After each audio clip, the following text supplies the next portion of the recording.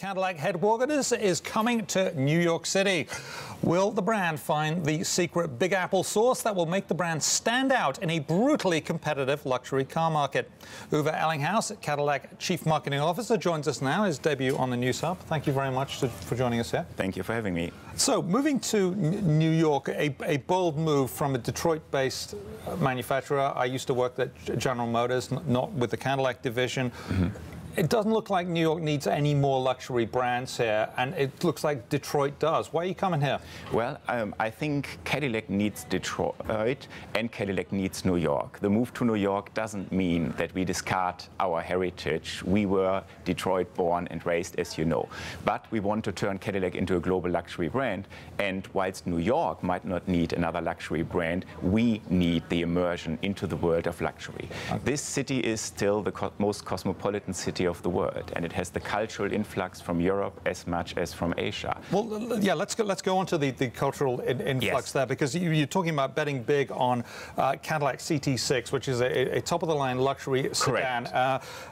But you're competing against European cars that have a very long racing heritage. Yes. Cars that have been raced, Audis that have been raced in rallies, yes, on roads, and all that sort of stuff. Cadillac, as far as I know, has no racing heritage whatsoever. We do have racing heritage, but you can't build a car brand solely on racing heritage. There are still many other aspects. But it matters to a lot of it matters to a lot of luxury car owners, doesn't it? It does, but for a decreasing number. Believe it or not, in Generation X and Y, racing isn't anywhere near as big as it maybe is for your generation, if I dare say that.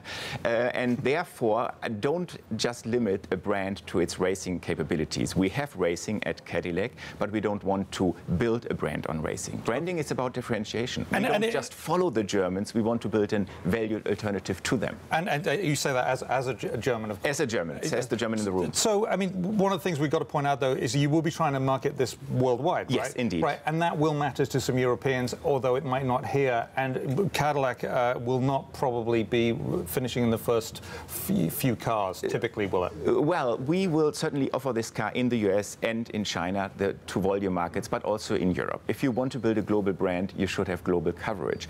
What makes me so optimistic is that we are, to a certain extent, returning to the large luxury segment. We have two sedans that are significantly smaller in the market, and now it's the natural next step as we elevate and expand Cadillac. Now, you used to work for BMW, correct, which does a lot of cars in a lot of sizes. How are you going to compete with your old employer? Well, definitely not by emulating my old employer, but by rather... What did they do wrong then? They did nothing wrong, but of course BMW, just like Audi and Mercedes, all compete for the #1 position in the luxury market worldwide. And this means that you need to balance customer interests in China, in Europe and the US. And you can no longer afford to take risks. And whilst we have growth aspirations at Cadillac, I think we can be more distinctive in our engineering qualities, in our design, interior and exterior, and build an alternative to those who maybe still admire BMW, Audi and Mercedes, but simply find that there are a few too many on the road. There are certainly a lot on the road, which is the goal of a manufacturer, is to sell. Now, you've also, in addition to the CT6, you've also got some other things coming out. Tell us about that. Yes, we will expand into more segments. We definitely need more SUVs. The SRX is in the last year of its life cycle. We have the iconic Escalade, 120% up year over year.